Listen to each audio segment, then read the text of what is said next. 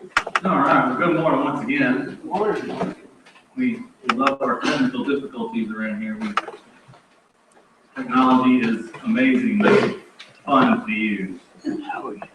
So, the next couple of weeks, we're going to be going over a topic that is kind of a point around all the churches. We're talking about it in the youth now. Other churches have first start talking about it, and the Baptist Convention in general talking about it, discipleship. That's where the big apparent gap shows to me. So for the next few weeks, we're going to learn about discipleship. We're going over courageous faith, lessons in discipleship. And the first person we're going to talk about is a gentleman by the name of Abraham. Now he's better known by his name Abraham. Everybody's heard of him yet? Say so. Kind of early on guy, Old Testament. Well, we're introduced to Abraham in Genesis chapter 11, very end, actually towards the last paragraph. We're introduced to him. We don't know much about his past. We really don't. But what we do know is that he just moved somewhere new. His father died, and he was left in charge of his entire family. We know that he was extremely successful and wealthy, and that for the most part, he had everything that anybody could want in that time. But there was one thing that he was missing. And it was kind of a pain in his side. See, Abram was childless. He had no sons. He had no children. He was already aged. His wife was aged. And it was a worried one. Right? Now, I want you to understand why it was probably a pain in his side. The name Abram actually means exalted father. So here he is. Every time he goes up to meet someone, he's like, hey, how are you doing? Hi, what's your name? Oh, my name's John. What's your name? My name's Exalted Father. Wow, how many kids do you have? 0. Imagine that was kind of annoying, right? He's called the Exalted Father. He's not even a father. Well, that's what we know. And that's all we know. You see, because the Bible is less concerned with the history of Abram than with his obedient response to God's plan on his life. How about that? God's less concerned with his past than with his response to the plan. I'm going to venture a guess that maybe that's the first lesson we ought to learn today. That maybe we should be less concerned with the past and more concerned with how someone is answering God's call now. Right? So we're going to jump up to chapter 12, Genesis chapter 12, verse 1. And this is the call that God placed to Abraham. He said, the Lord has said to Abraham, go from your country, from your people, from your father's household, to the land that I will show you. And I will make you into a great nation, and I will bless you. And I will make your name great. And you will be a blessing. And I will bless those who bless you, and I will curse those who curse you. And all peoples on the earth will be blessed through you. Now, just to go over this real quick, what all did God's call to Abram entail? I mean, nothing really too big. It's not a radical call by any means. Just leave everything that you have. Leave all of your wealth, all of your security. Leave your family. Leave anything that you have earned. Maybe that is a bit radical, isn't it? He says, leave everything. And then he says this. He says, step out on faith. I want you to go to the land that I will show you. It doesn't say go to the land that I have shown you. It doesn't say you're going to go 2 cities over to Canaan. You're only going to travel for 3 days. He says, no, it doesn't say that. He says, I want you to step out on faith. I want you to go to the land that I will show you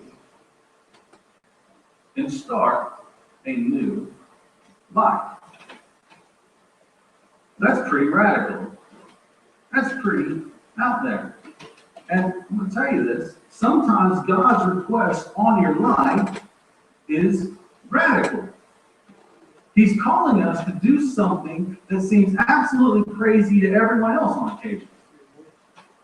Sometimes what God calls us to do seems completely pointless, even if it's done right here locally. So you're like, man, I really feel that I'm called to do this. I really feel that I'm supposed to do this. And I'm supposed to do it right here locally, not somewhere else. And someone else around you, when you tell them that, is going to say something like, what's the point of that? Sometimes God's going to place something on your heart that seems completely pointless, illogical, useless, or a complete waste of time to everybody else. Let me tell you this, God put it on your heart. If God puts something on your heart, regardless of how radical it seems, do it. Regardless of what anybody else thinks, if God put it on your heart, and you know that God put it on your heart, do it. Doesn't matter if anybody else thinks it's crazy. I'm sure that everybody around Abram was like, you're going to do what?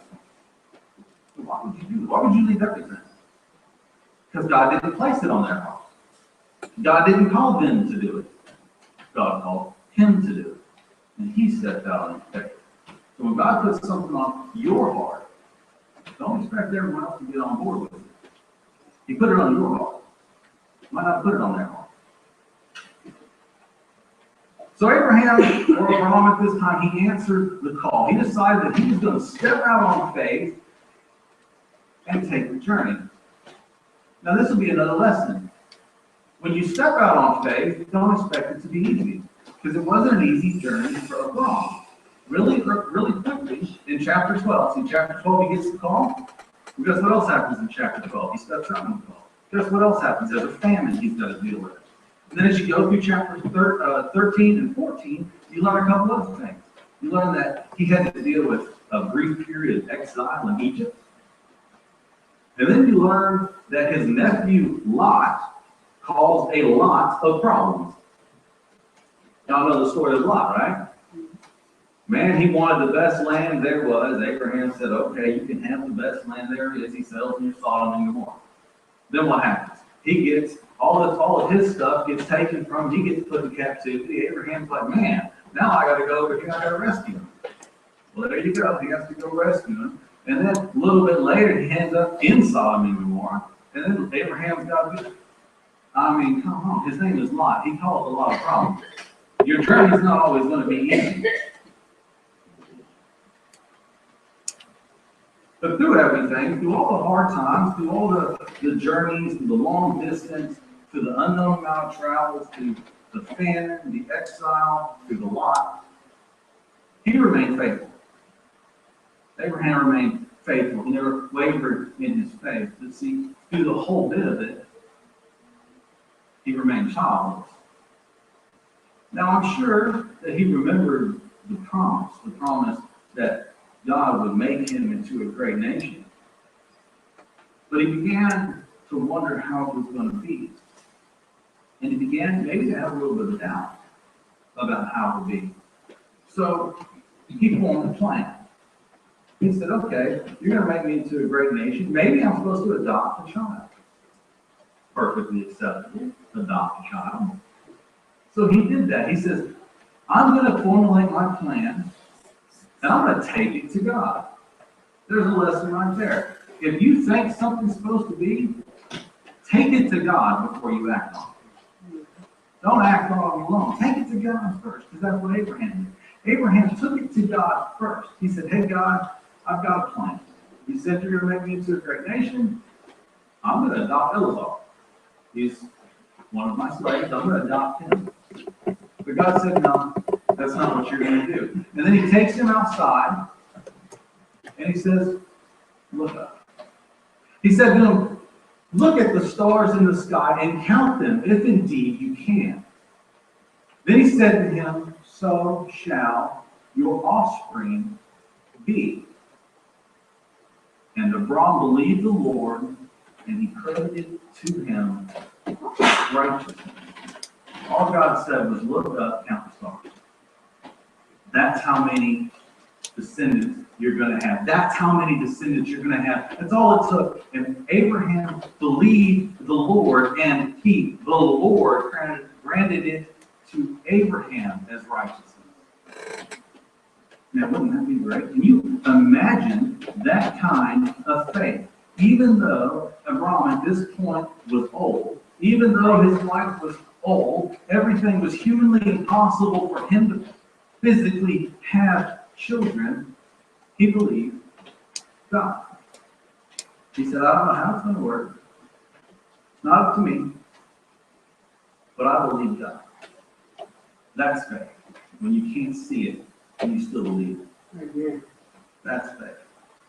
Abraham, or wrong here, is the perfect example of saving faith. I want to jump to the book of Romans. I'm going to jump to the book of Romans for just a moment, and we're going to listen to what Paul says about this faith. Without weakening in his faith, he faced the fact that his body was as good as dead. And since he was about 100 years old, and that Sarah's womb was also dead, yet he did not waver. Through unbelief, he regarded the promise of God, but was strengthened in his faith and gave glory to God, being fully persuaded that God had the power to do what he had promised. Ladies and gentlemen, that is the kind of faith that God is seeking from us. That we be fully persuaded, fully convinced, beyond any shadow of doubt, that God can keep the promises that he has made us. And that wonderful book that we call the Bible is full of promises from start to finish.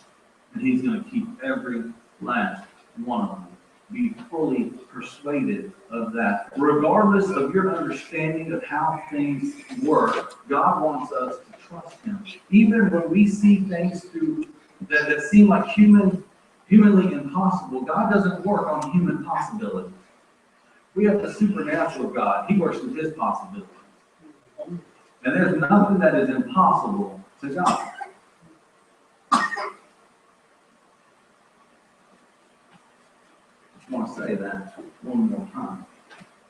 Our weakness allows him to show his majesty.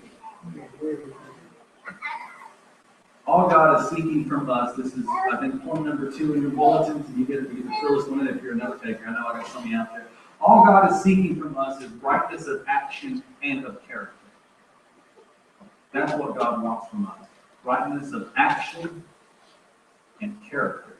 Because when you have the brightness of actions and character, you're reflecting exactly what is said right there in Romans 21. You are fully persuaded because your character and your actions reflect what God has placed upon you. You reflect the steadfast, saving faith that Abraham had.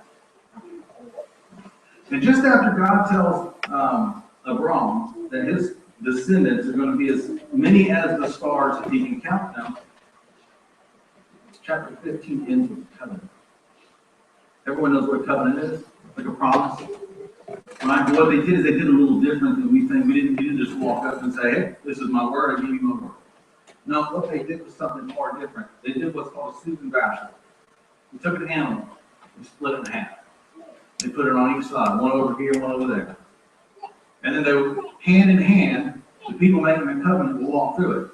Basically saying this covenant is sealed in blood. I can't have a whole animal without you. You can't have an animal without me. It's sealed in blood. If one of us breaks the covenant, it's sealed in blood. One of us will die. That's the covenant that was being made here. Only, it's not a conventional covenant. It's not a conditional covenant. That's what normally happens. See, God doesn't work on what normally happens. Instead, Abraham is in a deep sleep. He had cut the animal up, put it on one side or on the other side. And he falls into a deep sleep. And while he is in that deep sleep, God is represented by a smoking pot. And that smoking pot comes down all by itself and goes through it. It is a one-sided covenant because God knew there was no way that a man who is wrapped in sinful flesh could ever keep that covenant. So what God is saying is that I alone am keeping this covenant. There's nothing you have to do about it. And let me tell you, he said he would do it, and he did it. And he did it all by himself. That's how God works. God wants us to act on faith, but regardless of how it happens for us, God's going to keep his promise because he made that promise. Abraham was a man of promise. So right after that, right after the covenant's made, he goes back to his wife Sarai. She hasn't changed to Sarah yet, more commonly. And he doesn't tell her. He is fully believing that he is going to have descendants as many as the stars. He has talked with God. He fully believes it. You see, but his wife hasn't talked to God. And she says, I got a plan. And Abraham buys into the plan. She says, I'm too old to have kids. There's no way I can have kids. She's thinking in human possibilities, and she knew that at her age, it was humanly impossible for her to have a child. So she says, take my maidservant, Hagar. You have a child with her, and then you'll have an heir.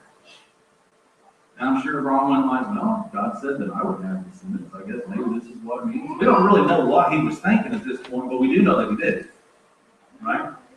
And the Bible tells us in the very short chapter of Genesis 16 verse 16 tells us that when Hagar bore Abraham Ishmael, he was 86 years old. Now check this out. That's the last thing that we are told in Genesis 16. Abraham was 86 years old. The very first thing we're told in Genesis 17 is that when Abraham was 99 years old. Any mathematicians in here want to do some quick math? I'll do it for you. It's 13 years. 13 years of silence because Abraham didn't listen to God. 13 years because he said, yeah, this plan might work. He didn't take it to God. If he'd have took it to God, we wouldn't have 13 years of silence. Instead, there was 13 years of silence because he did things his way. He tried to rush God's plan. Guys, it's never a good idea to rush God. You try to rush God, he gets quiet. If you feel like God is being quiet in your life, perhaps you tried to rush him. God waited 13 years. What was he waiting on? He was waiting for Abraham to be ready to listen. If God is being quiet in your life, maybe you're not listening, he's just waiting for you. Genesis chapter 17, verse 5. God takes Abraham and he says to him, he says, no longer will you be called Abraham. Your name will be Abraham, for I have made you a father of many nations. I want you to notice that. I capitalized it right there for a reason. He says, I have made you. He doesn't say at this point, I will make you. He's already said that. Now he says, I have made you. This means that God already had the plan. He had already made every bit of preparation that needed to be made. He doesn't work on human possibilities. He works on his possibilities. All he was waiting on was for Abraham to embrace God's will on his life. And the moment that he embraced God's will, that he would see that he was already the father, that he was already the father of many nations. Then he goes on in verse 16, talking about his wife Sarai. He says, no longer will she be called Sarai, she'll be called Sarah, which means princess. And he says, I will bless you, and I will surely give you a son by her. I read this, and I kind of laughed. And I think, maybe I was in a funny mood at the moment, but I read it, and it kind of seemed to me like God's going, I'm going to spell this out for you, hard-headed. I'm going to spell this out for you so you can't mess it up. I'm going to make you, you're going to be the father of many nations. I have made you the father of many nations, and I'm going to use her. No more taking things in your own hand. He said, you're hard-headed. I'm going to spell it out for you in black and white, and he wrote it right there for us to read it. But you know what Abraham did? I love it. He says he laughed. He laughed at God. Oh, man. I'm sure he was old. He was like, she's old too. You mean to tell me that she's going to have a kid? He laughed. And guys, God, he says, it's fine, you can laugh. I want you to name him Isaac, which means laughter. And sure enough, who has a baby? Sarah has a baby. And they name him Isaac. And no longer are they laughing at God, they're laughing with God. Any doubt they had has gone from doubt to dancing because they are excited.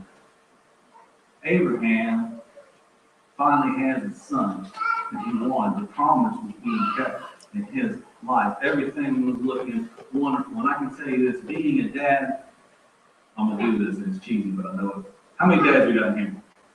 Let's see some hands raised, right? All right, now we're gonna go one step further because I gotta get everybody else. How many moms we got in here? That's right. See, pretty much everybody in here except for you young ones have raised your hands up. See, when you become a parent, you learn something that you can't learn any other way. There's no other way to learn one-sided love. Because when you become a parent and you hold that baby for the first time, something happens. And you learn really quick what it means to love endlessly. You learn one-sided love, and that's what Abraham was feeling right here. That's what Sarah was feeling right here. Their prayers had finally been answered, and everything was looking wonderful. I'm sure in Abraham's mind right here, he thought that this is it. And from now on, I've been faithful. Everything is great. I've gone through some hard times, but now it's going to be smooth sailing. Though his faith had been challenged by circumstances, he stayed there. But something was about to happen. Something was about to happen that would really throw him for a loop. And we read about it in Genesis chapter 22. Genesis 22, God tells Abraham, he says, take your son, your only son Isaac, whom you love, and go to the region of Moriah and sacrifice him there as a burnt offering on one of the mountains.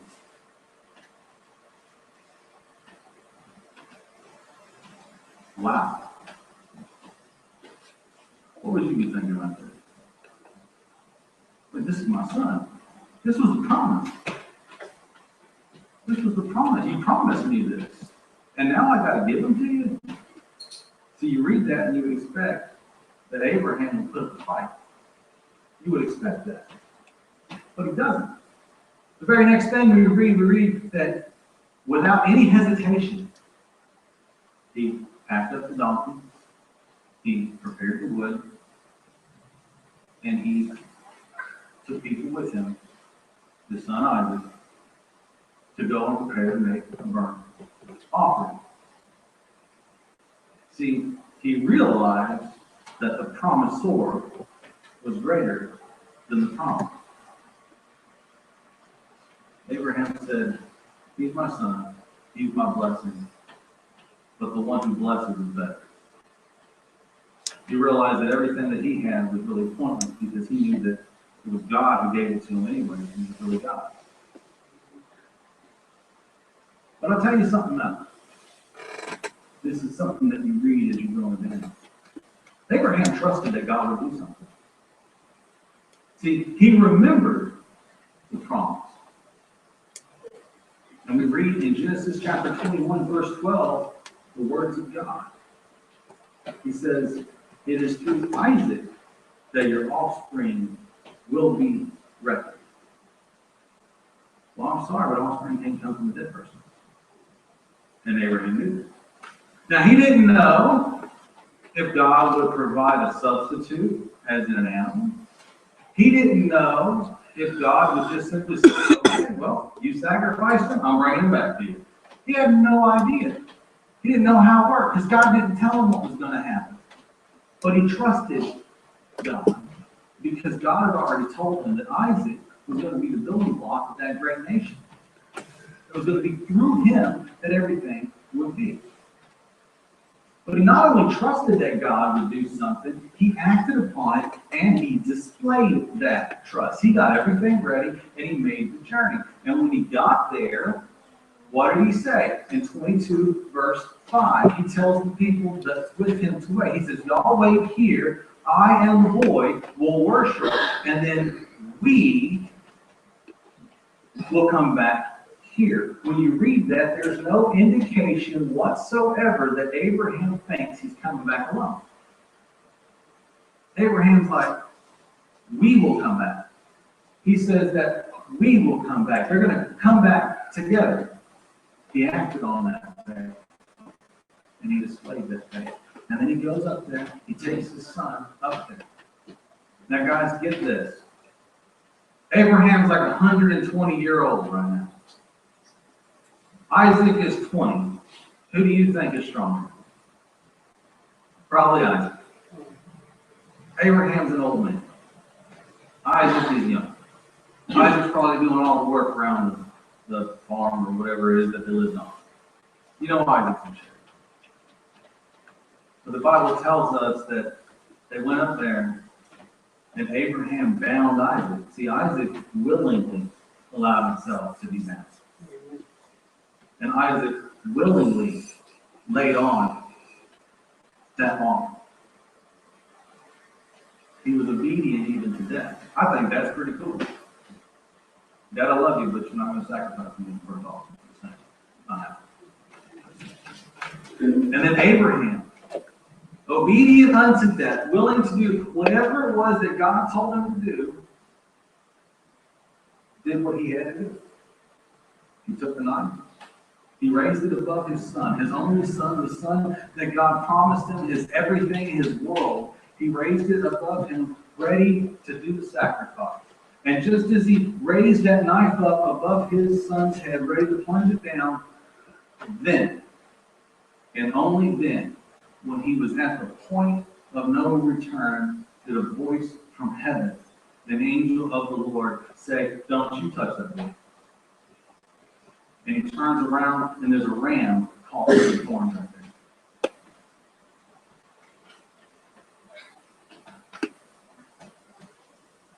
God stayed Abraham's hand.